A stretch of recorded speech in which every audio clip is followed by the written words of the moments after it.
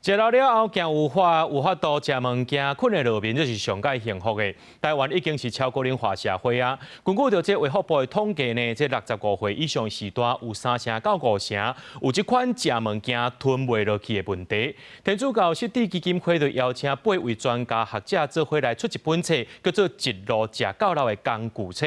内面有时代喙齿的保养、食物件吞物件困难的原因，要安怎食才有营养等等，这内容真实用。营养师做软软好入喙的糕仔饼，互时大食，因为好吞方便食，时大就较愿意食。天主教湿地基金会长期照顾时大，用第一线照顾者的经验，邀请8位专家学者来写《一路食到老》这本册。其中一位作者讲，时大食物件、吞物件有困难，是因为脑后的筋膜退化造成的，但是会当透过训练来改善。用力对面就是讲，咱吞的时阵吼，你着喙感冒炎，然后大力吞。我示范一次，就是安尼喙感冒炎。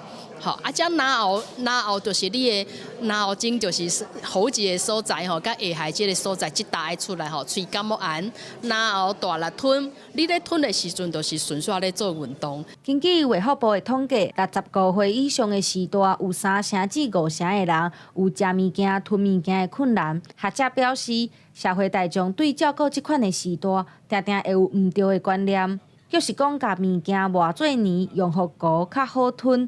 但是营养师讲，安尼其实是会造成时大营养不良、体重下降，甚至是脱水。给它比较，比如说是就是软一点的，好，或者是说这个质地稠一点的，那让它好吞咽，而不是说都是稀稀糊糊的这样。同样是半碗，我要加了水，那它的体积就会变大，然后你每一口吃到的时候，这个营养成分还有这个能量的话呢，都会比较少。好，那如果长辈胃口又不好的话，他可能吃一点他就饱了，就吃不下去。因为台湾进入超高龄社会，这本专门为着照顾时大写的册，内容有喙齿的保养、食物件、吞物件困难的原因，要安怎食好营养和照顾失智者的方法。基金会希望这本册会当提供正确的观念，若是提早发现问题，量早找医生协助。记者陈心彤、王志光台北报道。